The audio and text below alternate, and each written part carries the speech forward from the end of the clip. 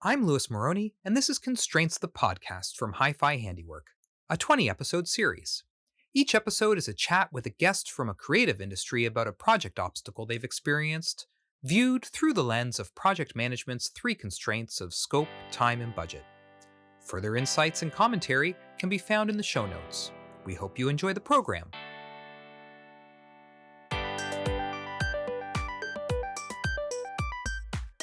One of the goals of this podcast is to explore the commonalities across the creative industries through the sharing of stories and experiences that might appear very different on the surface, but are tied together by the fine balance of structure and creativity intrinsic to all creative projects.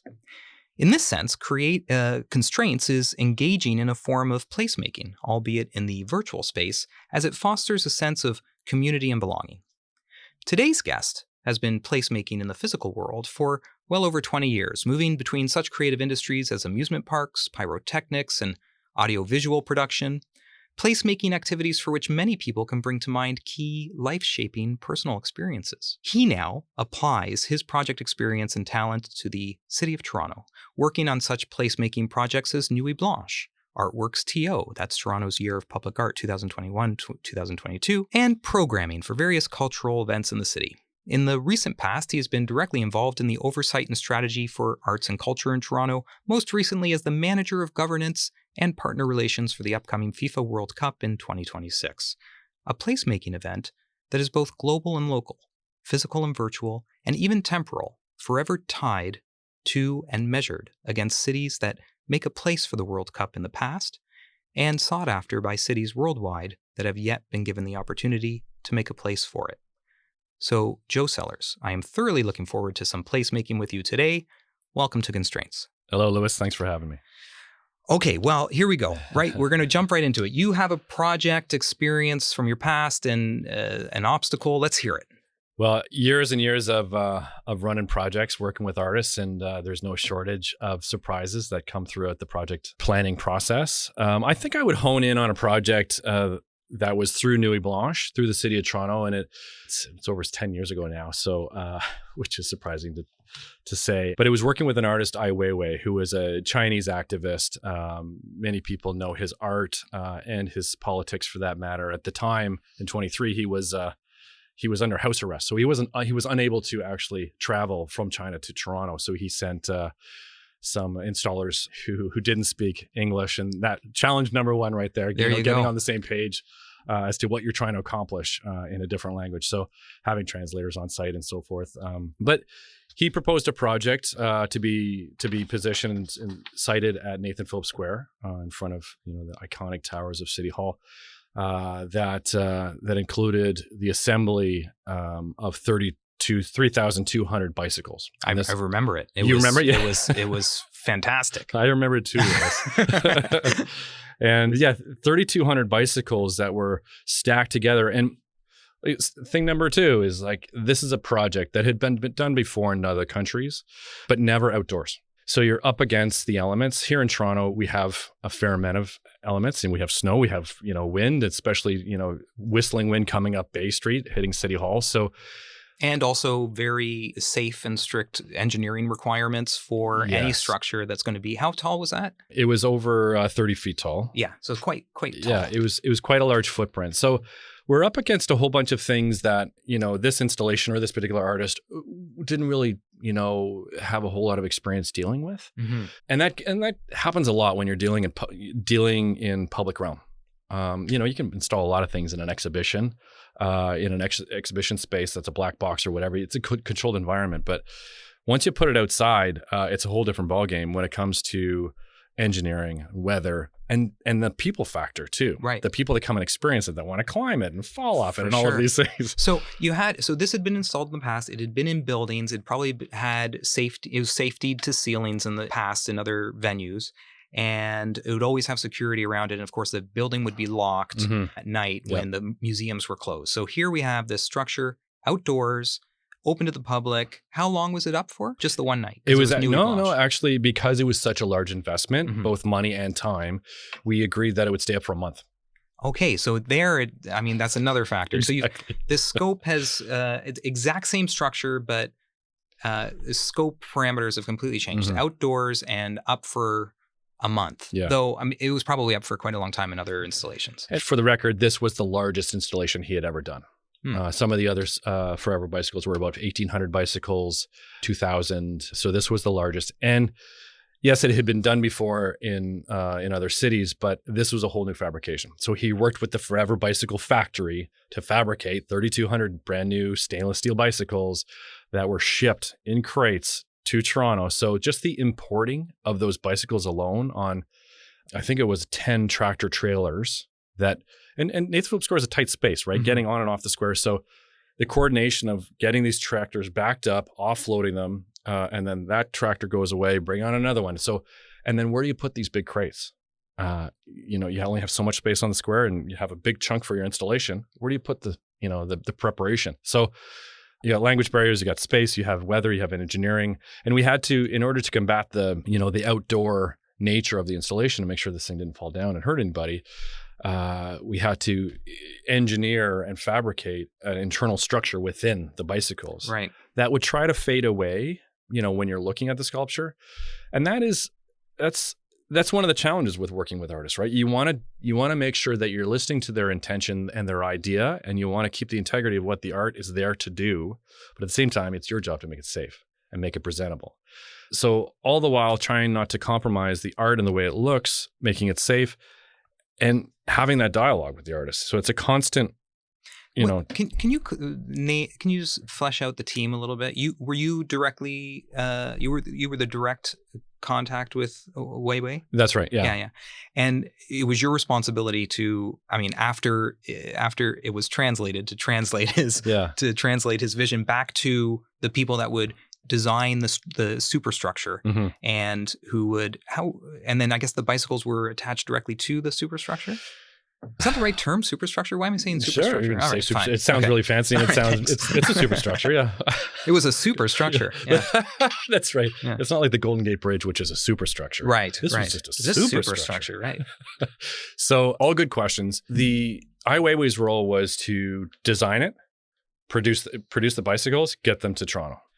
Our role here in Toronto was to actually do all the design of the superstructure, if you will, the bones that would keep this thing standing, fabricated on site, all of those things, galvanize it so it's not going to rust. So that part was all done locally, but biggest constraint is time, right?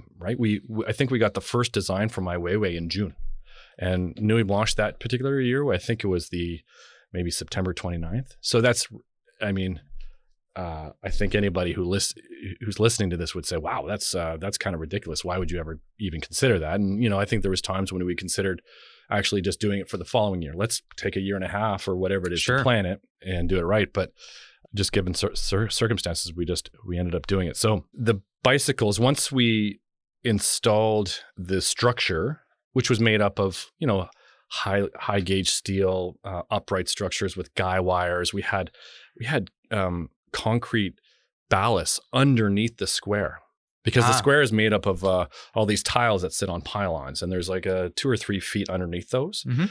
So we're under there, and we'd fabricated custom concrete blocks, so a cable could go through the square because there's cracks in the tiles, right? To tie to these concrete blocks that were hidden. Was that an aha moment for, had you ever done anything like that before? Was that like, oh my goodness, why don't we put these ballasts under the floor? That was like, it woke me up in the middle of the night saying, this is what we got to do. Concrete's pretty cheap and it's a good solution. And some would say, well, why wouldn't you just use the actual square itself as ballast? But it wasn't heavy enough. And each of those tiles is probably 2,200 pounds, I think. Right. And they're like 6x6 tiles. Well, it sounds like a really elegant solution. Yeah, exactly. And made it disappear. Yeah. The counterweight was disappeared. And is that something that the artist would have heard about? Yeah, we would have shown designs. Yeah. Yeah, you said, of course. Because otherwise, what did he feel about the version of big, heavy ballast sitting on the square with guy lines? Wouldn't happen. Yeah, wasn't happen. Yeah, it just the amount of them, and the quantity of them, it wouldn't have happened. It would look terrible. Right. It would have had to have somehow been interpreted as part of the sculpture. Yeah, exactly. And that's I don't know how you do that, but right. Whatever, we would have figured it out. So the steel structure itself, and some of these steel poles that were, 35 feet tall.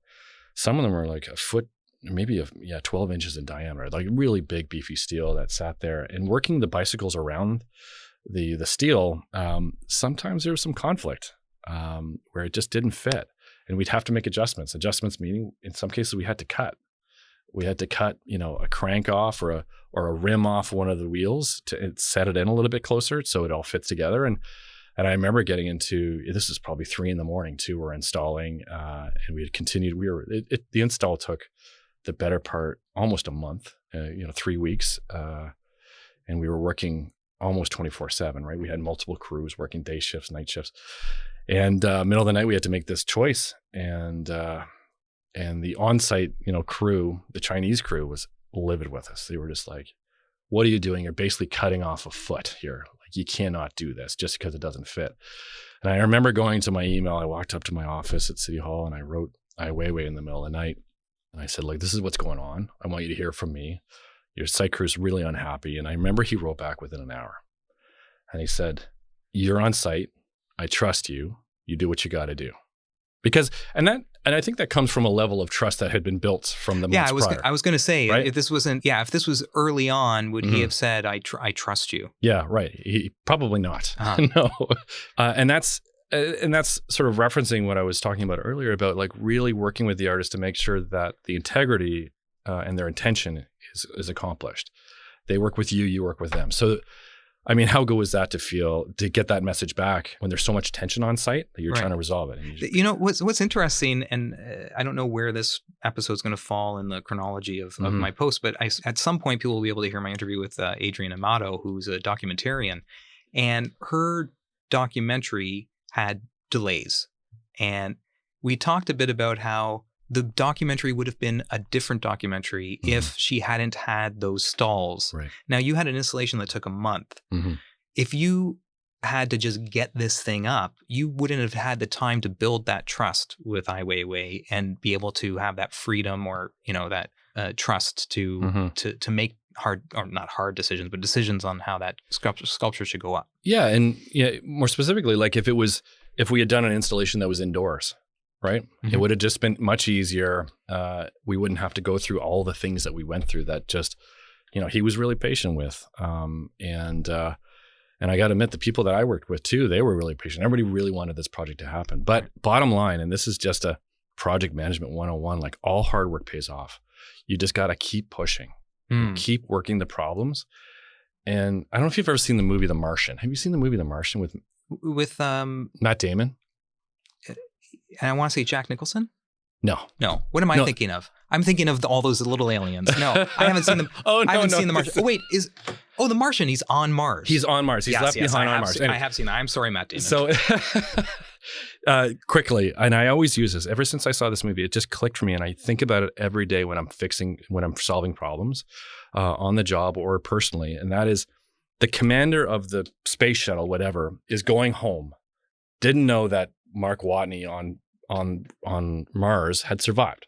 So they had to make a decision to turn the ship around and go get him. And they had a velocity issue. They were moving too quickly to pick him up on the atmosphere of Mars, all that stuff. So she's like, you know what? I'm going to blow the hatch. I'm going to blow the front of our ship off in order to slow us down. And somebody says, well, what do we do after that? We're going to have all these problems. And she says, it doesn't matter. We will fix those problems. We have 45 minutes to fix those problems. Right now, we got to slow down. So using that methodology of like, fix the most important problem now and deal with the rest as it comes, as opposed to zooming out too far and trying to fix everything all at once. It's when you're, and that's the ideal. Of course, you have a perfect plan in place. You've thought about everything. I was going to say, as you were talking about that, and back to Project Management 101, it's like this. There's this notion of, not notion, but there's these methodologies. There's traditional, and then there's agile, and they're on opposite ends of the spectrum. And then anything in between these days is called hybrid. So what is agile? Well, agile is making a shopping list of your priorities, everything that you want to do, and you deal with the most important stuff first. You get them done, and you move on to the next one, and you reassess that list every time. Yeah. And so, I mean, it sounds like you're applying some of that methodology. I lean very heavily on the agile into hybrid. I'm not a trained PMP. I don't have my PMP. So I've learned over time is that, yeah, you deal with the most pressing things that, time being constrained, you deal with the things that you're going to run out of time on. Right. And that could be purchasing, right? Like working at the City of Toronto, for instance, things take time. There's bureaucracy there that you need to go through a competitive, process in order to get your vendor in place. We're spending a lot of money. This taxpayers' dollars. We need to be responsible. So getting things in the pipeline that you have to get in, right, or else you're going to run out of time, and then you're in trouble. Right. So what I've been thinking about this whole time is, it's June. You're setting up this 30-foot high structure that's never been set up that high before, and conditions never been set up before. How do you budget for that?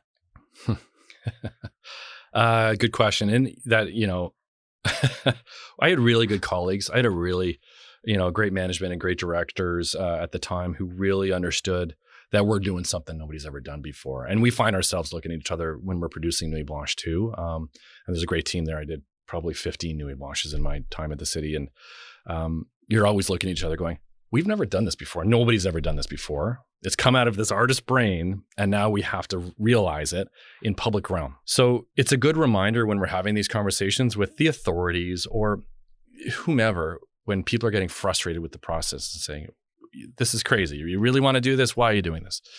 So it's just a good reminder to slow down and say, we're doing our best here. We're learning as we go. And it brings out a level of kindness in people when you remind them of what we're trying to accomplish. And also, this is Nuit Blanche specifically is an event for the City of Toronto. It's produced by the City of Toronto for the City of Toronto and its visitors. So it's a collective effort, whether you're the police department, whether you're council, or whomever you are, we all need to take pride in what we're doing together, right? Yes, I might be the guy on the ground doing it, but I need all of your help doing it. And how good did you get? I imagine you did get good, but I don't want to put words in your mouth. And I guess how often did you have to sort of quickly explain the overriding vision of what you were trying to get to, so that, the police allows you to, park 50 tractor trailers on the square, or, the city department says, okay, well, maybe we can give you a buy on this little rule or whatever. Yeah. Excellent point, Louis. And that is, especially, City Hall is a great example. Or just working generally in Ontario, we got a lot of rules. We got a lot of bylaws. We got a lot of rules. And for a reason. For a reason. Yeah. Yeah. Because we don't want people to get hurt and whatever that is, right? So I think two things. If working at City Hall specifically on Nathan Phillips Square, you're kind of in a fishbowl, right? You have the two towers sitting there. All the workers are staring at you. You're wondering, what is that person doing? What are they doing? He's climbing this thing, whatever. So I think every time we ran into something that's never been done before, quote unquote, you'd have to sit down and really talk about why the rule's there and why we're asking for an exception on the rule. And typically, if we're asking for an exception, we're actually inputting a safety check in there, right? So right. Where you're saying, we want to have this many people on site, or we're going to load Nathan Phillips Square with this much weight, but this is what we're going to do in order to combat that issue. And that might be, we're putting so much weight on the square, we're going to actually shore underneath throughout all the parking garages in order to keep the roof up all the way down to bedrock. Right. Which are things that we've had to do. Otherwise, the surface would just collapse into the parking lot that's underground. Right. So, and there's working with engineers and, making sure all this is certified, but things that are just really? Well, I imagine over the years, it took you a month or so with Ai Weiwei, but I'm sure you've built up trust with people that you've had to work with multiple times in the city, and it becomes easier, or at least it becomes more of a conversation than if some stranger had come and said, hey, we want to tie off to the City Hall building, and they would just get the shove off. I don't even know what I'm. And what I love about what you just said too, that sparks the thought, is that even if I was a new person at City Hall, meeting new people, asking these people for a lot, that's how you build relationships. Right. Right? Yep. You're going, you're in the trenches together. We're doing this together. I know this is a pain in the butt for you to say yes to. I'm trying to accomplish this great thing. Let's work together. And you grow trust and you grow a relationship. And 10 years later now, that person, I'm still working with, and you're giving high fives when you're walking in the morning saying good morning, right? That's so right. it really, when you're working and solving big problems together, you create bonds. The bottom line. Yeah, and this narrative that you've built, I'm sure like new hires come and they're like, oh, you can tell stories together. Yeah. This reminds me of that time. I don't think you quite really answered though the budget question. Where do you start? You base it, not that I had ever done anything like this. Done a lot of steel fabrication, for whatever, working with a lot of scaffolding. So you get a sense of what the steel needs to be, what the ballasting needs to be, but never have I fabricated. So to answer your question, you make your best guesses. You do your estimates. You talk to people. Hey, this is what I want to do. We didn't have a ton of time to put this out in procurement and spend 8 to 12 months really sorting through it with a vendor and working through a scope.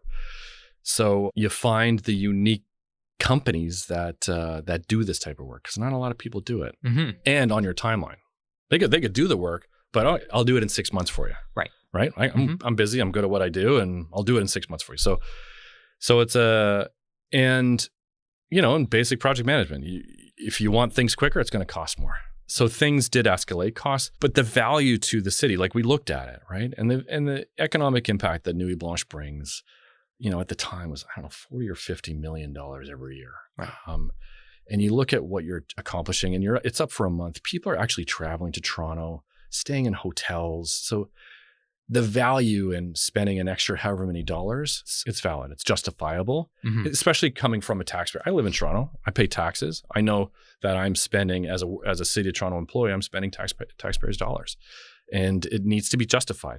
So if there's something I learned working at the City of Toronto for the last 17 years, that is, if called to reason or to justify why you made a certain decision, you should be able to do so. So in the moment, I'm making a decision based on all of these facts to spend these extra dollars in this particular case. Right. And this to me is justified. So here you go. And when you start to talk through it and be completely transparent about what you're trying to accomplish, usually it works out. How was your relationship with the crew from China by the end of it? Good. Yeah, we all, obviously the big reveal and the big, reception that we had. I guess it was the night before Nuit Blanche. There's a bit of a reception. There's a behind the Nuit thing. There's a talk, and we hold it in council chambers. And the crew from China was there, and everybody's hugging and taking pictures. Like, of course, everybody eventually got over that night and worked, and they understood, and they followed up. And with probably that was a relationship building experience with them. Of course, getting through that. Did Ai Weiwei was he able to make it to see? No, he was under house arrest. He couldn't leave the country. Long. Yeah, I'm trying to remember. I remember that time, but never was able. I mean, I'm sure he saw photos and he sent happy. A video. He sent a video. Now that I think about it, and it was great. And he was represented by a curator that had ultimately chosen him as an artist among other artists for the exhibition in that particular area. And the curator spoke on his behalf, on Weiwei's behalf, and said a lot of great things about Toronto, and they were really happy with us. Where does this installation sort of sit in your, I don't know, your Hall of Fame binder? It's up there, Lewis. It's definitely up there. You think back and look at the pictures, and you think about all the hard times and the good times, and I work with a lot of great people that I've known for a really long time, and I'll know for the rest of my life. And when talking about project management again, there's time, there's money, scope, quality. But when some of those suffer and are cut short, it puts weight on the other. And definitely a weight was put on the people power and the people that were there to install the thing. And I know that I personally was asking a lot of these people, but again, growing together and doing something great together and being able to mobilize a team that is aligned, This is what we want to accomplish. I'm here for the next month. Let's get this done. And without those people, it's not going to happen. It's not going to happen. The 9, no disrespect, it's the folks that will show up at 9 and I'm going home at 5. We can't get that done because we're asking for exceptions. Well, I encourage people to go back and look at images of that installation. If people were to, and also I'm just going to say this often, like you're not an artist, but you have an artist's vision that's being translated from another language through a phone. And much of what you're doing is actually a different kind of creativity than the artist's vision. It's problem solving within the constraints of reality. Do you consider yourself a creative person? Well, I should maybe footnote there that I did grow up in performance. I did grow up in the arts, and I had to make a decision when I finished high school. What do I do? And I actually went to TMU for technical production. So then I segued into production, but also in the arts and theater. And, you had mentioned it earlier as part of my resume. Also at the same time I started working at Wonderland. And that was that really honed my skills on. I'd always sort of understood working with artists. I'd hung around them all my life, performers, whatever it was.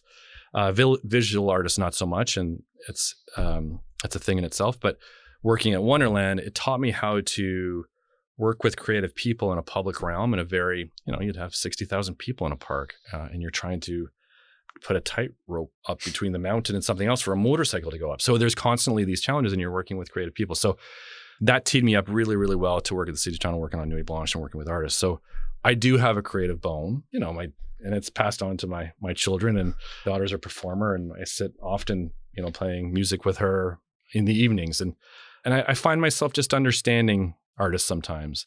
And that says a lot because artists are there to be creative. It's our role to bring that out, right? If I'm an artist, it's not my job to know the highest end or highest resolution video screen, right? I want it to look like this. How do we make it look like that? And right. that was my role in this particular case. Bringing it to fruition. So what now? I'm going to sort of tie this off here. We're going to bring this to an end. So, I mean, I don't know if you want to self-promote or promote something that, the city is working on. Like what should people be excited about in the city right now? Well, as you mentioned at the top there, I have segued my position at the City of Toronto is now working and focused on the FIFA World Cup that Toronto's hosting in 2026, starting in June 2026. This is great. I love the segue because all of my 17 years experience of the city is now focused in on this sharp little needle working in the Toronto Secretariat for FIFA in governance and in partner relations. So working with council and the mayor in order to push this big thing, through the bureaucracy of City Hall, because again, we're responsible to the citizens of Toronto. There's a lot of great people that have tons of experience producing sports tournaments and stuff, and I'm there to make sure the process is followed and that council gets what they need and they feel as though they're included, and this is a transparent process. So using all of the relationships from Nuit Blanche or whatever I've been working on for the last however many years to really work through this big event that, that's coming really fast. It's a year and a half or just over a year and a half away, and we have a lot of work to do. It's kind of like the 3 months you had to put up the bicycle sculpture. It probably in relation. Yeah. It's probably you're dealing with the same time. I wish I had 3 years on this one. Yeah, but no, we have half that to get this going. Okay, well, Joe, this has been great. I really appreciate you coming by. This was, for Absolutely. People who don't know, this is we had a lot of rescheduling, and this is the second time we've been in the studio because I couldn't figure out how to use the equipment. Now I have Mahir here. Hey, Mahir here. So thank you for joining Constraints. Absolutely. Thanks for having me. Constraints the podcast receives resource support from the Alan Slate Radio Institute at Toronto Metropolitan University and is co-produced by Louis Moroney and Mahir Corey. Please subscribe wherever you listen to your podcasts to automatically be notified when a new episode is posted. Also, follow us on Instagram at constraints_podcast. Constraints the podcast is brought to you by Hi-Fi Handiwork. Sound advice.